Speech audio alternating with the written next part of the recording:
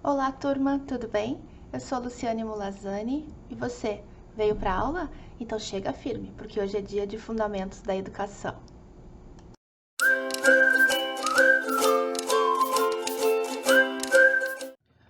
Fundamentos da Educação. Nessa aula sobre Fundamentos Sociológicos, uma parte 2. Se na aula anterior nós falamos sobre ideias gerais das relações estabelecidas entre sociologia e educação e entre educação e sociologia, nessa aula nós conheceremos as ideias de alguns pensadores, alguns sociólogos, a respeito dos fundamentos que essa área se utiliza, né, ou os fundamentos que atuam na educação, e veremos e conhecemos então algumas das suas ideias principais. Como área de conhecimento, né, a sociologia entrega à educação diferentes concepções e ideias para ajudar a compreender o processo educativo. Essa foi uma conclusão que na primeira parte, né, das aulas sobre fundamentos sociológicos, nós encerramos aquela primeira parte com esta conclusão. Então, nessa aula de hoje eu apresentarei a vocês algumas ideias, né, de alguns sociólogos no que se refere àquilo que eles disseram, aquilo que eles pensaram a respeito da educação. Retomando, então, só alguns conceitos que já vimos na aula anterior, para nos situarmos, né, nessa aula, para quem ainda não assistiu à primeira parte, para conseguir já se situar, mas recomendo que assista a primeira parte, porque lá tem mais detalhes sobre esse assunto. Primeiro, a educação é uma prática social. Segundo, a educação é uma área interdisciplinar de conhecimento científico e como área interdisciplinar, ela se relaciona com outras áreas e uma dessas outras áreas é a sociologia, sendo que a sociologia é uma ciência social que estuda a sociedade, né? As relações, interações sociais, cultura, etc. E onde, então, a sociologia se encontra com a educação? Nós encontraremos algumas respostas na aula de hoje, baseada nas ideias de alguns sociólogos. Para a aula de hoje, né, eu escolhi trazer as ideias desses 5 sociólogos, tá? São pensadores que desenvolveram suas ideias no contexto dos séculos 19 e 20. Ah, então, por uma questão de recorte, por uma questão de escolha, são esses 5 que nós discutiremos na aula de hoje. Então, Emily Durkheim, Talcott Parsons, o Robert Merton, o Norbert Elias e o Willard Waller. Tá? O Durkheim, então, atentem, né, para esses anos, né, de vida desses pensadores, desses sociólogos, para que então fique refletido que o que eles disseram, então tenham sempre isso em mente. O que eles disseram foi no seu período de vida, né, portanto, aí séculos 19 e 20. O Durkheim é sociólogo, antropólogo, filósofo, cientista político e psicólogo social, nascido na França. O Parsons, um sociólogo norte-americano, né, estadunidense. O Merton, um sociólogo, também nascido nos Estados Unidos. O Norbert Elias, um sociólogo, nascido na Prússia, mas que terminou no final das suas ideias, sua vida na Holanda. E o Waller, também um sociólogo nascido nos Estados Unidos. E como então que a gente vai ter acesso, como que a gente vai conhecer as ideias desses sociólogos a respeito da educação? Nós faremos então uma leitura, farei para vocês uma leitura comentada de um artigo que foi publicado no 2º Simpósio Internacional de Ciências Integradas da UNAERP, no campus de Guarujá. O título deste artigo é Sociologia e Educação, Contribuições dos Estudos Sociológicos para Entender a Escola, tá? De autoria de José Geraldo Silveira Bueno, que é professor do Programa de Estudos Pós-Graduados em Educação, História, Política e Sociedade da PUC de São Paulo, e de Luizana Rocha Miguel Ferreira da Silva, que é professora do curso de Pedagogia da UNAERP, que é a Universidade de Rio Preto, no campus de Guarujá, e ela é mestranda do Programa de Estudos Pós-Graduados em Educação, História, Política e Sociedade da PUC de São Paulo. Achei bem importante trazer para vocês este artigo, primeiro porque ele tem um conteúdo bastante interessante, né, que nos apresenta uma visão geral das ideias daqueles sociólogos que apresentei para vocês anteriormente. Em segundo lugar, porque acredito, né, que é importante a divulgação científica dos estudos realizados nessa área. Então, por isso que estou a apresentar para vocês o resultado dos estudos de Bueno e Silva, né, os autores deste artigo, que farei a leitura na sequência com alguns comentários. Nesse slide, vocês também têm o link para acessar a íntegra do artigo, né? Então, para quem quiser tirar uma cópia, né, baixar uma cópia do site onde ele está disponível, é só acessar esse link. Aqui para a nossa aula, para facilitar, eu extraí o texto para colocar nesses slides para conseguir gravar o vídeo para vocês de uma maneira mais tranquila, né, que ficasse com uma didática melhor e uma identidade visual melhor. Então, o título, vou voltar no título para ler, para a gente pegar a ideia, né? E aqui está o texto do resumo. Bom, as relações aqui estabelecidas entre a sociologia e a educação são fundamentadas em um estudo de natureza teórica, né? Portanto, né, eles relatam um estudo teórico neste artigo, que teve como objetivo principal analisar as contribuições de autores clássicos da sociologia para o entendimento da escola como instituição social.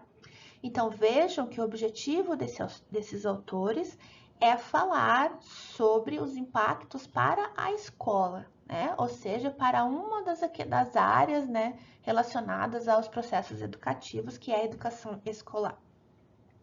O marco teórico inicial para o trabalho foi a produção do Durkheim, e partindo de suas considerações sobre a sociologia e sobre a educação, apresentamos as contribuições de outros autores, o Parsons, o Merton, o Waller e o Elias, que vocês já conheceram no slide anterior. Restringimos-nos apenas a aspectos essenciais dos referidos autores, uma vez que nossa preocupação não foi a de um estudo exaustivo de cada autor, mas sim a de apontar elos teóricos entre eles. Isso que os autores desse artigo falam é bastante importante, porque eles estão contando para a gente qual foi a escolha que eles fizeram para a escrita, né? Eles estão nos dizendo que eles não vão apresentar tudo que eles sabem, ou tudo que eles estudaram, ou tudo que há sobre esses sociólogos. Eles fizeram uma escolha para discutir o tema que eles querem, que é a escola como instituição social. No desenvolvimento do trabalho, procuramos evidenciar uma perspectiva não linear do desenvolvimento da ciência sociológica e dos estudos realizados sobre a escola. O estudo realizado possibilitou melhor entendimento de como os estudos sociológicos sobre a escola foram sendo constituídos, incorporados e reelaborados num esforço pela delimitação tanto do campo da ciência sociológica quanto do campo educacional. Então, as palavras-chave, educação, sociologia, escola. Como esse trabalho foi apresentado num evento, tá ali a indicação de qual foi a sessão, né, em que foi apresentado e o tipo de apresentação que eles fizeram, uma apresentação oral. Então, depois que eles fizeram essa apresentação oral no evento, eles publicaram este artigo, que felizmente, né, a produção intelectual deles agora está nos ajudando aqui na disciplina a conhecermos um pouquinho mais sobre sociologia, sobre os fundamentos sociológicos para a educação. Então, vamos lá, introdução. Este artigo apresenta algumas considerações sobre o estudo da educação numa perspectiva sociológica. Nosso objetivo foi o de retomar alguns textos de autores clássicos da sociologia e tentar estabelecer entre eles uma ligação que possibilite melhor entender a escola como um espaço social, como instituição social. Os autores aos quais nos referimos são Durkheim, Parsons, Merton, Waller e Elias. A principal intenção foi partir dos postulados do Durkheim e analisar as contribuições dos demais autores para o estudo sociológico da escola, aprofundando o entendimento desta como instituição social. Cabe destacarmos que, ao contrário do que possa parecer, não entendemos o processo histórico de desenvolvimento da ciência sociológica e o consequente estudo da escola numa perspectiva linear e progressista. Entendemos, sim, que tanto os estudos empíricos como a incorporação da teoria existente impulsionam novas necessidades e novas hipóteses. Faço aqui um esclarecimento, né, de que estudos empíricos são os estudos realizados com intervenções práticas e estudos teóricos são estudos, né, baseados em teorias. Dessa forma, nossa perspectiva é a de quem compreende o processo histórico de seu desenvolvimento de uma ciência como intrinsecamente relacionada ao seu tempo, ou seja, uma teoria nova, mesmo quando nega uma teoria anterior, não pode ser considerada como pura, pois incorpora em sua complexa rede de funcionamento aquela teoria precedente, mesmo que seja para negá-la. Essa nossa explanação se faz necessária, pois nossas análises não partem do pressuposto do progresso linear dos autores já mencionados, mas sim de uma complexa relação de incorporação e reelaboração da teoria, a qual não pode ser entendida isolada do seu tempo. O recado dos autores aqui, para nós, os autores deste artigo, foi para que nós ficássemos atentos para não incorrêssemos no erro, né, de entender que o desenvolvimento sociológico é linear, uma ideia de aperfeiçoamento, de que o que foi dito no passado foi sofrendo melhoras ao longo do tempo, numa perspectiva linear, bem certinha, até chegar ao que se tem de melhor hoje. Não é assim. Quando a gente olha para estudos que têm um viés sociológicos ou um viés históricos, nós não podemos pensar nessa forma. Por quê? Porque acontece muitas das coisas que aconteceram no passado, persistem ainda nos dias de hoje, algumas foram reelaboradas, e é isso que o autor fala, mas esse caminho do desenvolvimento não passa por ser uma coisa certinha desenvolvida ao longo linear, né, ao longo do tempo, como essa ideia de que tudo foi melhorado, tudo foi aperfeiçoado, e sempre seguindo assim uma ordem correta, né? A nossa vida, as nossas decisões, aquilo que a gente faz, não é linear, né? Nós vamos, voltamos, tomamos decisões, voltamos atrás o tempo todo. Mas para quem olha de fora, uma ideia inicial e um resultado final, tende a achar que esse caminho foi bem certinho, foi linear, né? Vou dar aqui um exemplo. Eu hoje sou professora de matemática, né? Mas quem olha a minha história no início e me vê hoje como professora de matemática pode tentar acreditar, pode tender a acreditar que eu, na minha formação acadêmica, por exemplo, na universidade, eu fiz certinho, a faculdade foi minha primeira escolha, né? E aí até eu chegar na minha formação como professora de matemática. Mas quem conhece minha história sabe que nesse meio fiz outros cursos, até decidi pelo curso de licenciatura em matemática. Então, não foi linear. Então, esse caminho até chegar hoje não foi linear. Ele teve aí umas idas e vindas no meio do caminho até chegar no resultado. Então, mantenham sempre essa ideia em mente, porque isso é essencial para que se compreenda, né, a influência desses fundamentos da história, da sociologia e veremos adiante da filosofia também na educação e na sociedade. O primeiro tópico, então, discutido aqui pelos autores é a escola sujeita a determinantes sociais. O primeiro autor a lançar... Então, vamos lá. Vou começar de novo. O primeiro autor a lançar as bases para o estudo sociológico da escola foi o Durkheim. E o fez através da busca por uma atribuição de estatuto científico para a sociologia.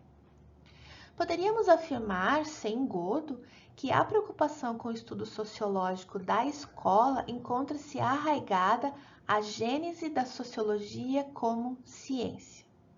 Duas questões são fundamentais para o Durkheim. A primeira delas é a questão da definição, e a segunda trata do estabelecimento de regras para a observação do fato social. O que significa para Durkheim essa questão, então, da definição? Tanto com relação ao fato social, o objeto de estudo da sociologia, como com relação à própria definição de educação. Então, o foco desse sociólogo, né, do Durkheim, foi definir o que é fato social, definir qual é o estudo, qual é o objeto de estudo da sociologia e definir o que é educação. Então, essas foram as preocupações centrais desse sociólogo. E também, né, que está ali nesse segundo item, estabelecer regras para a observação do fato social. Podemos afirmar que na tentativa de diferenciar a sociologia da biologia e da psicologia, Durkheim delimita seu campo de estudo em busca de uma maior objetividade e para isso aponta a necessidade de delimitar-se o objeto de estudo da sociologia, como sendo o fato social, que ele define como toda maneira de agir fixa ou não, suscetível de exercer sobre o indivíduo uma coerção exterior. Então, esta é a definição de Durkheim para fato social. Percebemos nesta definição as três características básicas do fato social. Primeira, generalidade. Segunda, exterioridade. Terceira, coercitividade. O que é generalidade? É ser comum a todos os membros do grupo, afastando-se da biologia. O que é exterioridade? É a existência independente da vontade do indivíduo. E o que ele entende por coercitividade é impondo-se ao indivíduo, afastando-se da psicologia. Tais características do fato social demarcam um território específico, uma área de estudo diferenciada, a sociologia. Então, neste começo, os autores deste artigo nos apresentam aí um resumo de como nasceu a sociologia, do porquê ela nasceu, e por isso que o Durkheim é um clássico, quando se fala no desenvolvimento da sociologia, porque ele se atentou para a necessidade de dizer, de explicar este campo de ciência social e de dizer por que ele era importante. A relação estabelecida por Durkheim entre a sociologia e a educação fundamenta-se no entendimento desta, ou seja, da educação como um fato social por excelência. Ou seja, para o Durkheim, a educação é um fato social. Então, se encaixaria naquelas definições que eu li anteriormente, que está escrito no slide anterior. Então, o autor, ou seja, o Durkheim, define assim educação. Educação é a ação exercida pelas gerações adultas sobre as gerações que não se encontram ainda preparadas para a vida social. Tem por objetivo suscitar e desenvolver na criança certo número de estados físicos, intelectuais e morais, reclamados pela sociedade política no seu conjunto e pelo meio especial a que a criança particularmente se destina. Então, essa é a citação do Durkheim, aqui está a indicação da obra, que aí ao final vai aparecer nas referências. A sociedade agiria sobre o homem na intenção de torná-lo humano, ou seja, social, e tal ação se daria por meio da educação. Nesse sentido, a educação seria o fato social para Durkheim. Então, os autores aqui deste artigo fizeram questão de sublinhar aqui para nós, o fato social. Então, para o Durkheim, a educação é um fato social. Entre as virtualidades indecisas que constituem o homem ao nascer e a personalidade definida que ele deve tornar-se para o desempenho na sociedade de um papel útil, a distância é muito grande. Então, o pensamento do Durkheim, entre nascer e se tornar o indivíduo ou a pessoa que a sociedade espera, é um grande caminho. Essa distância é a educação que leva a criança a percorrer. Então, quem determina, ou quem é responsável por esse percurso, o Durkheim coloca, então, um grande peso aí na educação. Vamos falar agora um pouquinho sobre o Parsons. O Parsons não desconsidera os aspectos apresentados pelo Durkheim, e sim acrescenta a perspectiva dos processos de socialização como base de constituição da personalidade social da criança. Nesse processo participam a família, a escola e os grupos de pares. Parsons destaca o considerável aumento de independência da criança ao entrar na escola, o qual ocorre devido ao sistema de recompensas diferenciado praticado na instituição, que é diferente do da família, atribuindo uma posição a ser ocupada pelo indivíduo de acordo com o desempenho obtido. O grupo de pares ganha especial atenção do autor, fundamentalmente devido à sua configuração e forma de funcionamento.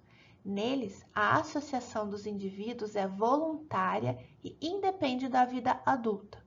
O processo coercitivo apresenta aspectos diferentes daqueles vistos na escola e na família, pois não coincide com a figura do adulto. Tá? O que temos então aqui de Parsons, né, que Parsons acrescentou aquilo que o Durkheim vinha falando a respeito da escola.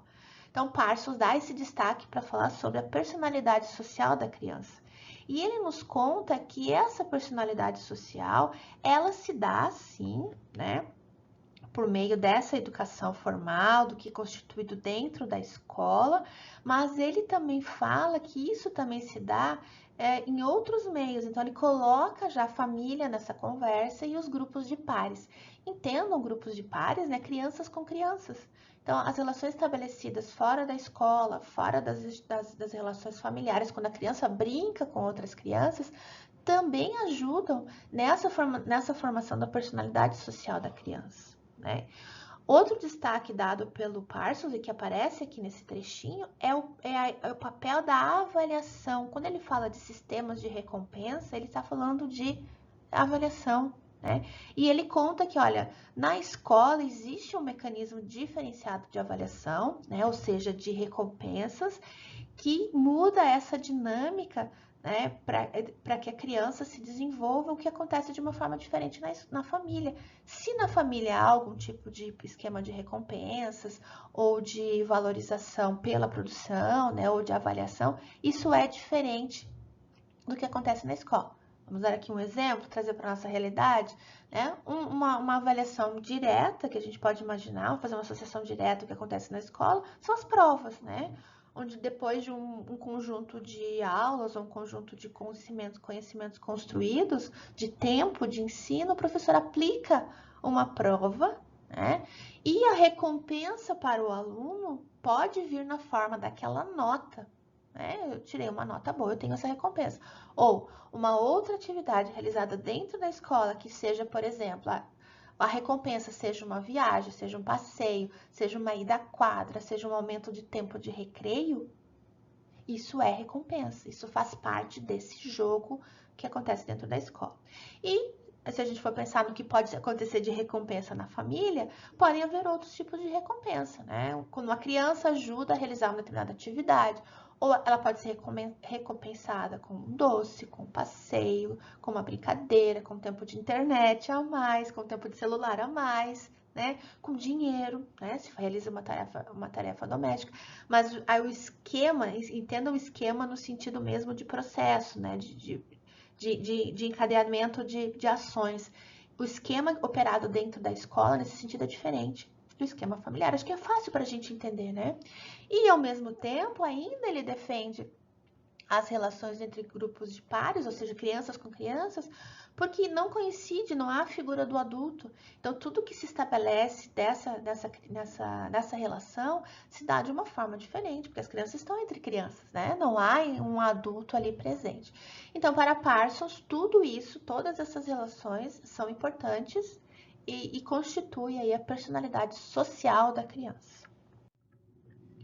Então, vamos continuar aqui com as ideias do Parsons. As três instâncias, então, a família, a escola e o grupo de pares, atuariam conjuntamente no processo de constituição da identidade do indivíduo. Entretanto, podemos inferir que esse processo ocorreria de forma diferente no grupo de pares. Vamos, então, ver essa ponderação do Parsons, né, nessas relações, por exemplo, entre crianças e crianças. Nestes, né, ou seja, no grupo de pares, a criança teria maior flexibilidade de participação, pois se tanto na família quanto na escola a criança nada pode contra o poder instituído, no grupo de pares o sentimento de pertencimento ao grupo se dá por meio da identificação com o grupo, e isso não é imposto como única possibilidade. Lembremos que nesses grupos a associação é voluntária. Insistimos na questão do grupo de pares, pois este é um dos principais diferenciais entre Parsons, esse é um dos principais diferenciais de Parsons em relação a Durkheim. Se Parsons considera a escola como representante da sociedade adulta e talvez a principal instância de seleção social ou o fato social como diria Durkheim, traz à tona outro campo de análise, o grupo de pares, onde a associação voluntária contrasta vivamente com a dependência definida da criança em relação à sua família e à sua classe, contra a classe, no sentido de escola, contra a qual nada se pode. Né? Ou seja, o que Parson diz aqui para nós e nos dá esse recado que também é fácil para a gente compreender, né? Vamos nos colocar no lugar das crianças que conhecemos, se são professores, se coloquem nos lugares dos seus alunos, se são pais e mães, da mesma forma, ou até rememorem, tragam memória do seu tempo de criança.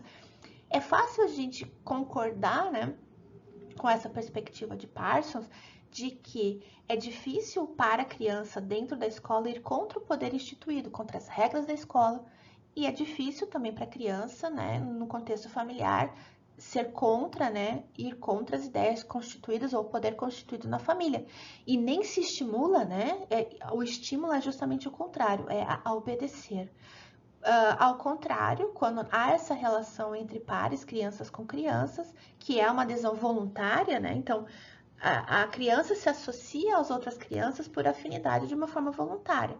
Sua participação na escola não é voluntária, é uma obrigação. Sua participação dentro daquela família não é voluntária, é uma obrigação. Né? Falando aqui do que é geralmente, né, majoritariamente constituído. Tá? Então, o Parsons coloca aí uma pitadinha interessante sobre isso e vejam também um detalhe importante de quando que isso foi dito por ele, né? 1959. Então, a gente está falando aí de uma transformação no tempo, né? Dessa visão sobre o papel da escola e principalmente de como a criança se constitui como ser social.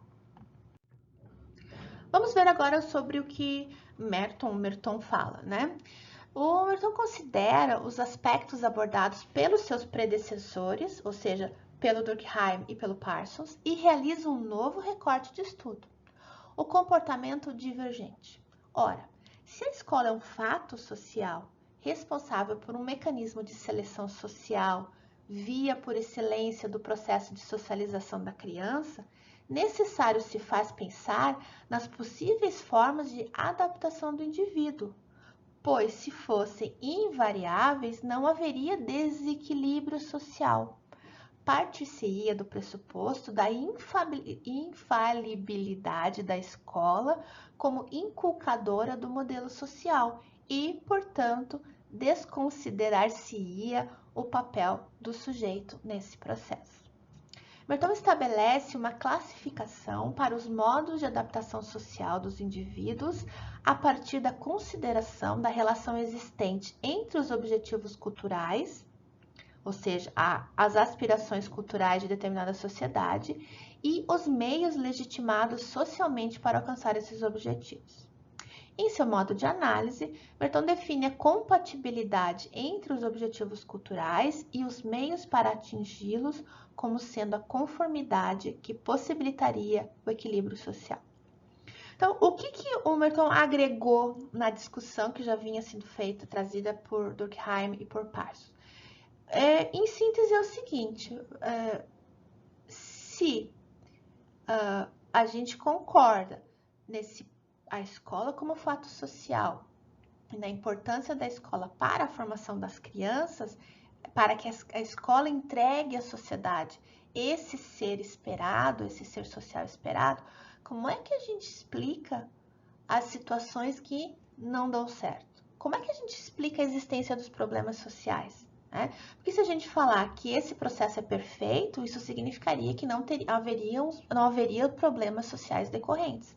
Então, Merton pondera sobre isso. Ele nos faz pensar que, então existem alguns mecanismos, existem algumas questões na escola como fato social, atrelada, né, atreladas a algumas posturas, algumas posições do ser humano, da criança no caso, que levam ao desequilíbrio, que levam ao desajuste. Então, ele coloca em questão, a sociologia, então, passa a pensar também sobre isso. Continuando aqui sobre o que o Merton fala, analisando esses dois fatores, ou seja, os fins culturais e os meios sociais, o Merton classifica os modos de adaptação do indivíduo em 5 tipos possíveis. Então, vamos voltar lá para o que nós estávamos falando a respeito da escola. Pensa na criança na escola.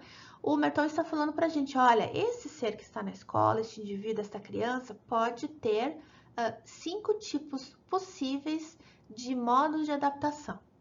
E ele nomeia assim: conformidade, inovação, ritualismo, retraimento e rebelião. Numa sociedade estável, o tipo mais comum de comportamento seria a conformidade, ou seja, a aceitação tanto dos objetivos culturais estabelecidos socialmente, quanto dos meios institucionalizados para atingir tais objetivos. A conformidade seria, então, a única forma de comportamento não divergente. Todas as outras formas de adaptação social dos indivíduos seriam geradoras de comportamentos divergentes, com destaque para o que o autor denominou como inovação, que, para ele, a aceitação dos objetivos culturais definidos e a rejeição das normas regulamentadoras, os meios legitimados. Então, um recadinho importante aqui que o Berton ainda nos coloca, essa existência, então, dos comportamentos divergentes e dos comportamentos convergentes, ou dos não divergentes. O comportamento não divergente é quando esse modo de adaptação do indivíduo é a conformidade. Segundo ele, tanto inovação, quanto ritualismo, quanto retraimento, quanto rebelião entrariam, então, nessa categoria de comportamento divergente. Vamos ver o que ele fala um pouquinho mais sobre os outros tipos de modo de adaptação. Então, o ritualismo. O ritualismo representaria o contrário da inovação, pois nele o que se consagra são os meios institucionalizados socialmente para atingir os objetivos culturais, sem, contudo, haver uma aceitação desses objetivos. Os meios passam a ter finalidade em si mesmos. O retraimento. O retraimento seria a forma de comportamento menos comum, uma progressiva associalização do indivíduo. Este não aceita nem os objetivos culturais, nem as normas regulamentadoras, resignando-se e fugindo da sociedade numa tentativa de eliminar o conflito vivido. E o que é rebelião? Então, para o Merton, a rebelião é caracterizada por Merton como sendo uma não aceitação tanto dos objetivos culturais quanto das normas regulamentadoras, mais ainda uma tentativa de substituição destes por objetivos e regras novas. Como resultado da rebelião, ter-se-ia uma estrutura social bastante modificada, com uma preocupação de, agora as palavras do Merton, maior correspondência entre mérito, esforço e recompensa. Então, essa fala, destaco para vocês, do Merton já é de 1971. Avançamos um pouquinho aí no tempo. A hipótese central do Merton seria que o comportamento divergente pode ser considerado sociologicamente como um sintoma de dissociação entre as aspirações culturalmente prescritas e os canais socialmente estruturados para a realização dessas aspirações. O campo de estudo empírico para Merton, ou seja, onde ele realizou as experiências, para onde ele olhou, foi a sociedade americana. Entretanto, nada impede que generalizemos sua teoria para o estudo da escola como instituição social por excelência. Então, veja que interessante esse recado que os autores do artigo estão nos dando, de que o Merton falou sobre tudo isso olhando para a sociedade americana. Olhando para a sociedade americana naquela época onde ele viveu. Ou seja, o que ele diz é baseado no espaço onde ele estava e no tempo que ele vivia. Mas, ainda assim, olhar para isso hoje nos permite fazer certa generalização. Por quê? Porque faz sentido também com outras épocas, outros lugares, outros espaços, outras sociedades. Tá? Então, um resumo aqui do que o Merton nos fala foi que, então, esse comportamento divergente, ele existe, e ele mostra o que acontece, então, nas posições construídas na sociedade em relação àquilo que as regulamenta, ou seja, as leis, as normas instituídas, e aos espaços em que essa regulação, essa formação para a sociedade acontece. Então, se vamos trazer para dentro da escola, comportamentos divergentes, né, nesse sentido, de Merton, vamos deixar claro, comportamentos divergentes nesse sentido são aqueles onde os indivíduos, as pessoas, as crianças, os jovens, os adolescentes demonstram essas suas ações buscando modificar, não aceitando algumas questões relacionadas à cultura ou aquilo que se espera, né, e buscando transformar aquele espaço. Podemos inferir que o principal ponto de inovação do Merton refere-se à não desconsideração do papel do indivíduo na constituição do tecido social. Percebemos o início de preocupação com o papel das partes na constituição do todo, preocupação que transpassa todo o estudo científico realizado pelo Waller. O Waller, passa a considerar a escola como um mundo social. Sua perspectiva é a de estudar a vida social existente na escola, ou seja, as interações sociais que ocorrem dentro da escola. Então, adiante agora a gente vai falar sobre as ideias do Waller, mas antes, para fechar aqui as questões relacionadas ao Merton, veja que interessante, né? Que os autores do artigo nos colocam, que o principal ponto, então, que inovação o Merton traz para as discussões sociológicas sobre educação, né? Ele não desconsidera o papel do indivíduo, então ele fala para nós que o indivíduo, sim, por conta dos seus comportamentos divergentes ou não divergentes, eles também têm parte na constituição do tecido social. Se nós lembrarmos lá nas ideias iniciais do Durkheim, o Durkheim colocava o peso na escola, né? Que a escola daria conta de toda a transformação social, de tudo aquilo que a sociedade precisa. O Parsons veio e falou, é a escola sim, mas é também a família e também são os pares. Né? E o Merton fala, sim, a escola, a família são os pares, mas nós não podemos compreender que esses espaços ou essas instituições são suficientes por si só. Não é a existência de uma escola que faz a sociedade ser melhor. É preciso considerar as pessoas que estão dentro desses espaços, porque essas pessoas, com suas ações, modificam esses espaços também e, portanto, modificam a sociedade. É interessante agora vocês fazerem uma reflexão, porque nós estamos olhando para tudo isso, né, para um texto produzido contemporaneamente, que olha para o passado e nos explica as ideias desses autores. Ouvindo agora isso, nos parece, eu acho que vou voltar àquele exemplo que eu dei no começo, né? Olha, parece que tudo faz sentido, parece que é uma sequência, né? Mas não podemos esquecer que essa sensação de linearidade é só mesmo uma sensação, que nesse meio todo, ao longo do tempo, né? Muitas idas e vindas, muitas coisas contestadas, muitas ideias abandonadas, né? E que permaneceram aquelas que hoje fazem sentido aqui pra gente, e é por isso que a gente está estudando. Fazem sentido ou não, né? Porque sempre vem uma teoria na sequência para discutir. E reforçando aqui que nós vamos estudar 5 sociólogos e suas influências. Há outros, né? Então, isso é preciso também ficar muito claro. Bom, vamos ver então o que temos a respeito do Waller. O Waller, então, mereceu aqui essa sessão especial do artigo dos nossos autores, e intitulada A Escola como Organismo Social. Waller apresenta uma proposta de descrever, analisar e isolar mecanismos causais da vida social na escola. Seu estudo considera tanto a perspectiva da sociologia quanto da psicologia social. Vejam a entrada, né, de uma outra área de conhecimento, de uma outra ciência, a psicologia social. Lembram da interdisciplinaridade? Lembra que quando a gente falou de educação e relação com sociologia, a gente falou que isso se chama interdisciplinaridade? Agora, aqui nas ideias do Waller, ainda entram os componentes relacionados à psicologia social. Voltando aqui à leitura, vou retomar porque interferi, né? Seu estudo, então o estudo do Waller, considera tanto a perspectiva da sociologia quanto da psicologia social. E, mesmo sendo cronologicamente anterior a Merton, veja que interessante, os estudos do Waller configuram uma nova perspectiva para entender a escola, uma perspectiva de dentro da escola. Considera-se o papel do indivíduo no processo de socialização do qual a educação é a instância por excelência. Então, ele dá o peso, ele considera a ação, né, do indivíduo, da pessoa, nesse processo.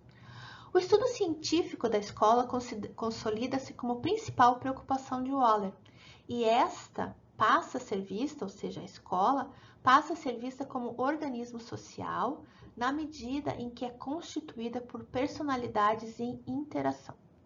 Decorre dessa visão da escola como organismo social a ideia da escola como unidade, nutrida pela comunidade, mas diferenciada do meio social como um todo, porque apresenta algumas características que são específicas de toda instituição escolar. Quais são essas características listadas pelo Waller? Tem população definida, tem estrutura politicamente claramente, tem população definida, tem estrutura política claramente definida, representam o nexo de uma compacta rede de relações sociais, são perpassadas por um sentimento coletivo e têm uma cultura que é definitivamente própria. Isso foi dito pelo Waller lá em 1961. Nesse sentido, a escola seria responsável pela transformação da criança em aluno, e isso ocorre graças à relação desigual existente entre professor e aluno, via de exercício da autocracia da escola. Se o princípio da autoridade configura-se como principal forma de manutenção da escola, é ele mesmo quem ameaça a estabilidade dela. Sendo assim, é preciso que pensemos a manutenção da unidade escolar como algo que supera o princípio da autoridade, por meio do que Waller denominou como sentimento do nós ou espírito de grupo. Então, vemos aqui, né, nesse finalzinho a entrada de um outro ponto de discussão, que é uma substituição, né, necessária aos olhos do Waller, da autoridade do professor sobre o aluno, por exemplo, para um sentimento do nós, do espírito do grupo. Aí vemos agora um quadro mais revelador da sociedade e da escola, né, trazido pelos autores do artigo, que vai falar agora um pouquinho das ideias do Elias. Né? Eu estou pronunciando Elias, mas em inglês seria outra pronúncia. Elias inicia seu trabalho com uma pergunta central. Que tipo de formação é esta sociedade que compomos em conjunto, que não foi pretendida ou planejada por nenhum de nós, nem tampouco por todos nós juntos?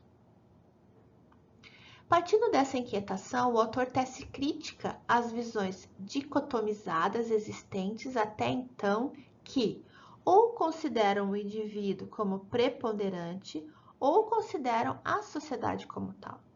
Então, a preocupação, o questionamento do Elias se dá aqui porque até então as preocupações sociológicas relacionadas à escola se pautam nessa dicotomia, ou seja, nesses dois lados. Ou considerar que o indivíduo, a pessoa, é que é preponderante, né, tem o seu papel mais importante, ou considerar que é a sociedade que tem o papel mais importante. São as pessoas que influenciam na sociedade ou é a sociedade que influencia nas pessoas? Essa era a discussão. E ele está dizendo para a gente, olha, é uma crítica, ele faz uma crítica a essa visão. Podemos dizer que Elias confirma a crítica do Durkheim, pois afirma o momento como de uma crise de conceitos e Durkheim, apenas para lembrarmos, critica a falta de definição tanto do objeto de estudo da sociologia como da própria educação. Entretanto, o aprofundamento atingido por Elias supera as possíveis limitações da teoria do Durkheim. Elias estrutura sua argumentação tendo como base a quebra de paradigmas e a anunciação de novos modelos conceituais. Não desconsidera o indivíduo, mas sim entende o processo de individualização como, nas palavras dele, processo social de um ser histórico. Um processo tecido na sociedade e não isoladamente como algo natural ao sujeito. Percebam então a relação que Elias faz entre o indivíduo e a sociedade, né? Porque ele enxerga esse processo de individualização como sendo um processo social de um ser histórico. Vejam como ele coloca, né? Essa fala que a gente já aprendeu de levar sempre em consideração os aspectos históricos e sociológicos. Então, para o Elias, isso é importante, ó, olhar para a constituição da sociedade das pessoas, não podemos perder isso de vista, tá? Então, o ser humano se tece, né? O seu processo de constituição é tecido na sociedade, em sociedade, e não isoladamente, ou seja, o ser humano não se constitui sozinho, né? Ele precisa do grupo. Vamos a uma citação do autor.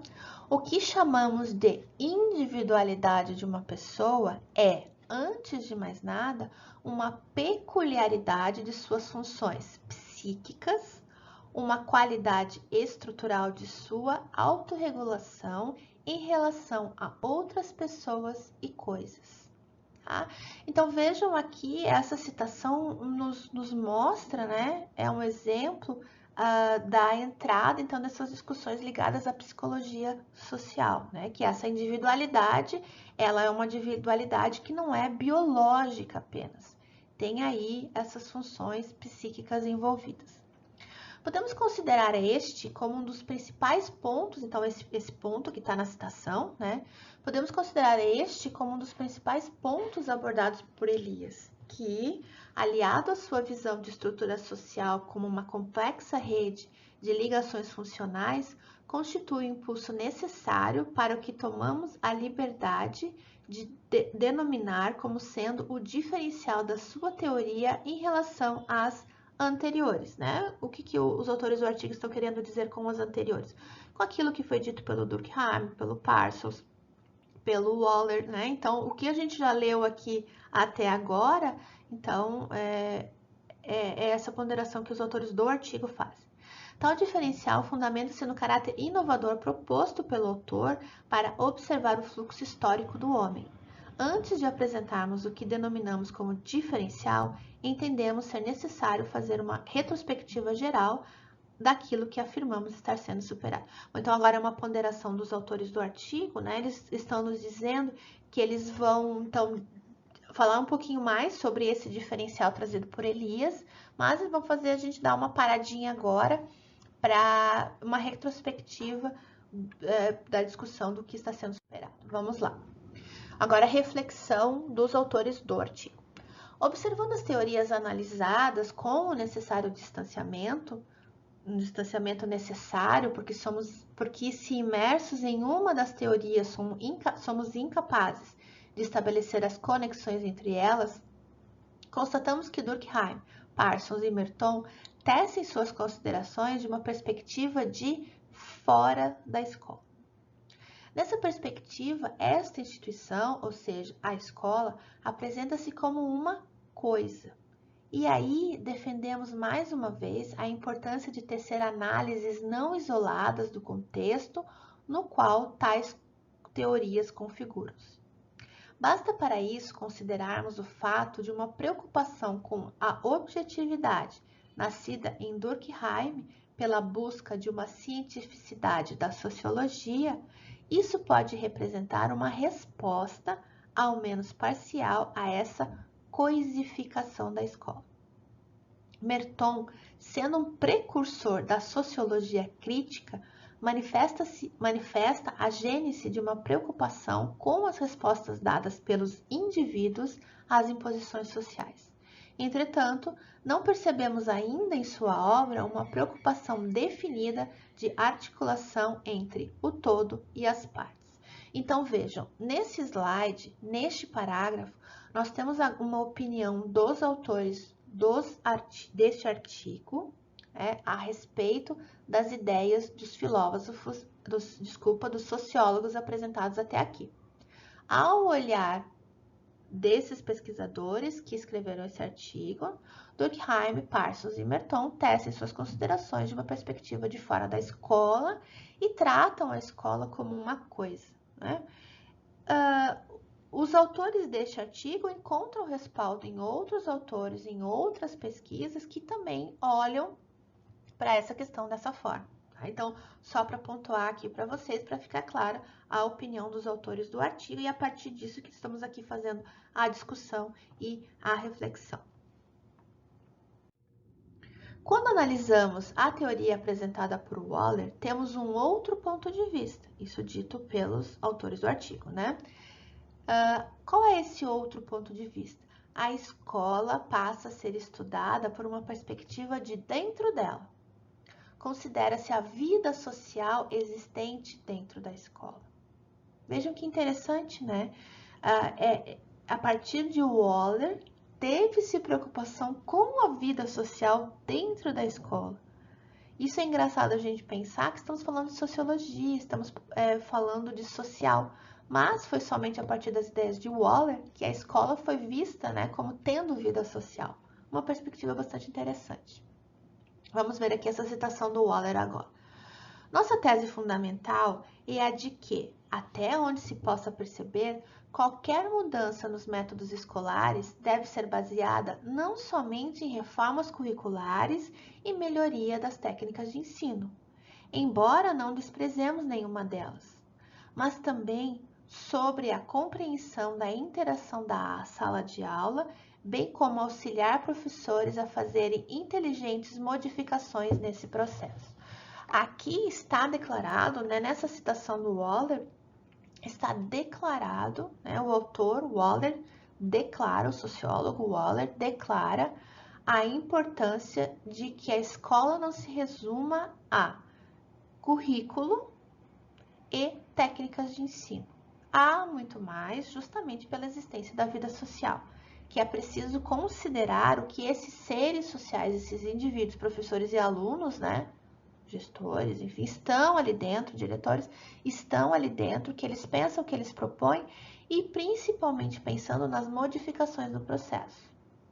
Se lembrarmos da abertura, quando abrimos as ideias do autor, a partir de suas indagações, ele nos indagava exatamente isso, né? Nos fazia pensar, puxa, mas se nós queremos modificar a sociedade, por que nós não nos perguntam o que nós queremos, né? Por que nós não atuamos na modificação dessa sociedade? E o que acontece é receber, né, o que a escola quer nos tornar, né, ou que os outros espaços educativos querem nos tornar. Waller, como já apontamos anteriormente, considera em suas análises as relações estabelecidas entre o todo e as partes. Entretanto, ainda não configura o que Elias apresenta como visão ideal da realidade, capaz de estabelecer um panorama revelador da sociedade. Neste ponto, voltamos ao que outrora apresentamos como diferencial de Elias, a tentativa de uma visão não simplificada da realidade, considerando ao mesmo tempo longos períodos de fluxo histórico do homem e uma visão das particularidades ou a visão do ser inserido no fluxo histórico do homem. Essa vinculação de visão proposta por Elias pode ser associada a uma nova visão de escola e, consequentemente, novas formas de estudá-la como instituição social.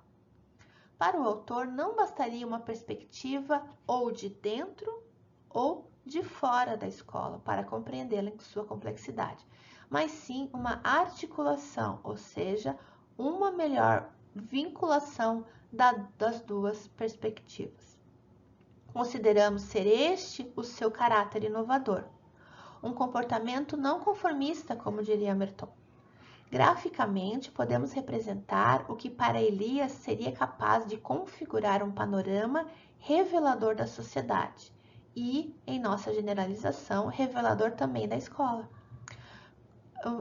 Esse panorama revelador da sociedade como uma interseção entre as visões apresentadas de um lado por Durkheim, Parsons e Merton e de outro lado por Waller.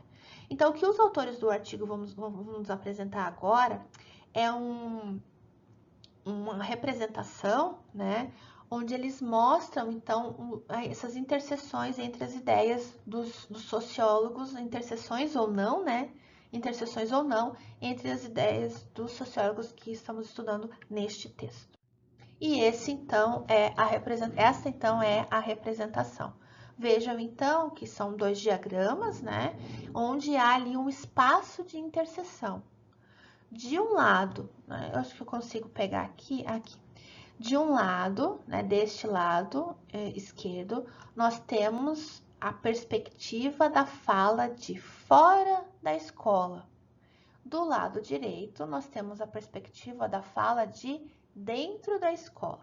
Quem que tem essa fala sobre fora da escola? O Durkheim, o Parsons e o Merton. Quem tem essa fala que diz que é preciso, né, considerar o que de dentro da escola? O Waller. E onde está Elias? Elias está na interseção dos dois. Elias diz que sim, é preciso considerar a fala de fora da escola e sim, é necessário também considerar a fala de dentro da escola, né? Voltando aqui, então, a fala de fora da escola, dita por Durkheim, Parsons e Merton, é a escola sujeita aos determinantes sociais, né? Então, a escola sofre, a escola recebe, a escola é a escola que é por conta daquilo que a sociedade coloca para dentro dela. A perspectiva do Waller não, é a escola como organismo social. A escola se constitui como escola a partir da vida social que existe dentro dela, das relações ali estabelecidas.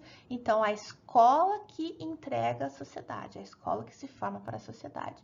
E o Elias aqui nesse meio, né, nessa interseção entre esses dois conjuntos, faz a vinculação das duas perspectivas.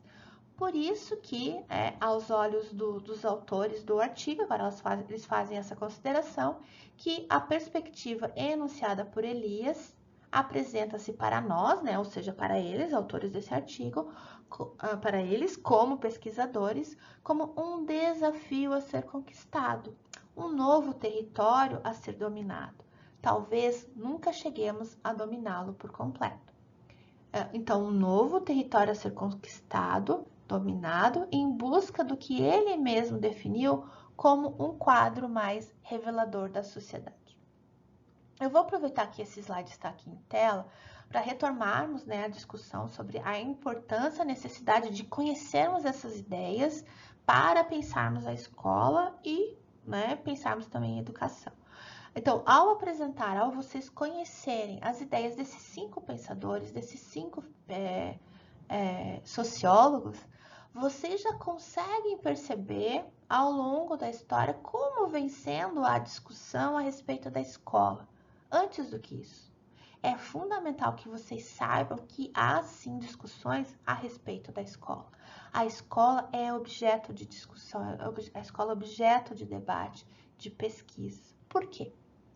Porque a escola é o lugar da sociedade, na sociedade, né, destinada a grande parte do processo de formação, de educação do ser humano, do ser social. Então, o que somos, o que vemos em sociedade, o que fazemos em sociedade, tem sim, aos olhos, né, desses sociólogos, grande influência, é influenciado por aquilo que vivemos nos espaços escolares.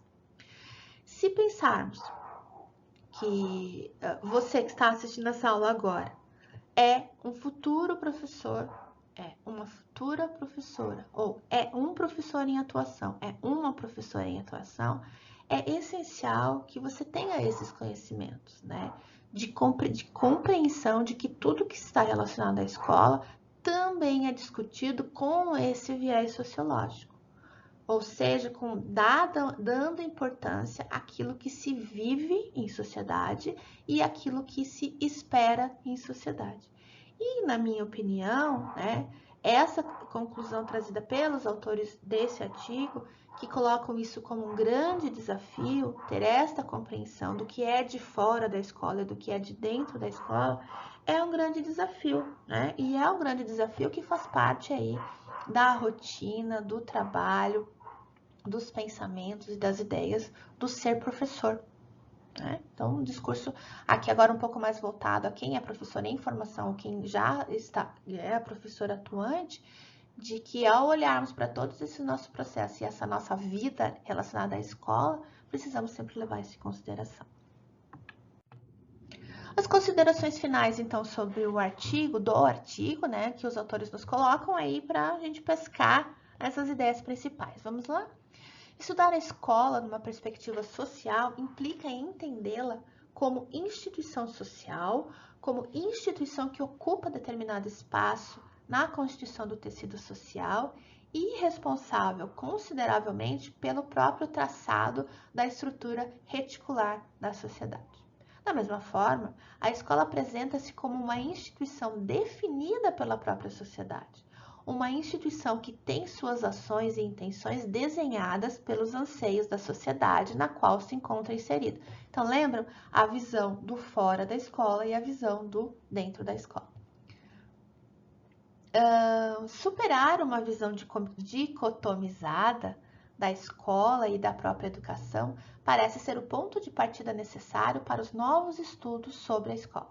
Entretanto, para que isso seja possível, faz-se necessário entender como os estudos sociológicos sobre a educação vêm se processando, e esse foi um dos objetivos desse trabalho. E essa foi a razão que eu escolhi trazer esse texto para vocês, né? Porque acredito que fez bastante sentido com o objetivo de falar um pouquinho sobre os fundamentos sociológicos na educação. Se para o pai da sociologia, ou seja, para o Durkheim, né? Se para o pai da sociologia a educação era o fato social, o estudo sociológico da escola representa para as ciências humanas hoje, especialmente para a educação e para a sociologia, um espaço com inúmeras possibilidades de explorações e pesquisas. Talvez tenhamos que transpor o entendimento de sociedade como um complexo reticular de funções definido por Elias para o campo da pesquisa, onde nós, pesquisadores, humildemente assumimos nossa função na constituição do tecido da ciência. Acreditamos ser esse o desafio proposto àqueles que fazem a ciência hoje, nas mesmas dimensões que a educação era o fato social para o pai da sociologia. O que fizemos neste breve artigo foi apenas uma exploração inicial, uma aproximação de estudos clássicos já realizados. Eu aproveito essa última fala dos autores do artigo para frisar exatamente isso. Tá? Esta aula, inclusive, é apenas uma exploração inicial, um recorte, uma escolha que eu fiz para apresentar algumas das ponderações, algumas das ideias dos sociólogos que são referências nesse debate sobre educação. O que isso significa? Que existem outras ideias, que existem outros pontos de vista. Eu trouxe aqui um artigo, ponto de vista dos seus autores, existem outros pontos de vista, então esta aula não é uma verdade, nem se propõe a ser. E é necessário para quem se interessar sobre esse tema, entender um pouquinho mais sobre sociologia na educação, é necessário o aprofundamento dos estudos, né?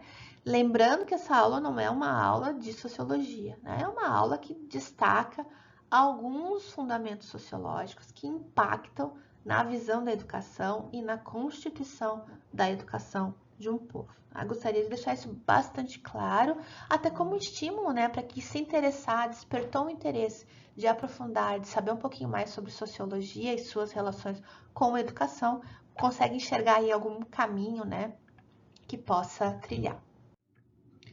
Então, essas são as referências que os autores do artigo utilizaram para escrevê-lo, né? Então, a primeira ali, o escrito de Durkheim, chamado Educação e Sociologia, de 1965, a obra A Sociedade dos Indivíduos, do Elias, de 1994, a obra Estrutura Social e Socialização, que está no livro Educação e Sociedade, de Merton, a obra Os Processos de Socialização e as Escolas Paralelas, que estão nesse periódico, nesse Harvard Educational Review, a obra The Sociology of Teaching, publicada pelo Waller, em 1961. Então, todos esses textos, né, os seus originais, vocês podem tentar buscar para ver um pouquinho mais, e frisando, então, que tudo que nós vimos aqui foi uma tradução que os autores do artigo fizeram, né, da leitura, da interpretação que fizeram do texto desses autores. Fecho, então, para refletirmos, né, nessa aula, que conhecer aquilo que se diz e se produz de conhecimento na relação estabelecida entre os campos da sociologia e da educação nos ajuda a analisar a sociedade e compreender os efeitos dos fenômenos educativos sobre ela e vice-versa, né? A gente consegue compreender os efeitos da sociedade sobre a educação e também da educação sobre a sociedade. Os vários olhares que fundamentam a educação na perspectiva sociológica ampliam nossas visões sobre como o processo educativo atua na transmissão da herança cultural, dos modos de vida, das ideologias, bem como na formação para o trabalho. Tudo sem nos esquecermos das perspectivas históricas, que sempre eu gosto de frisar.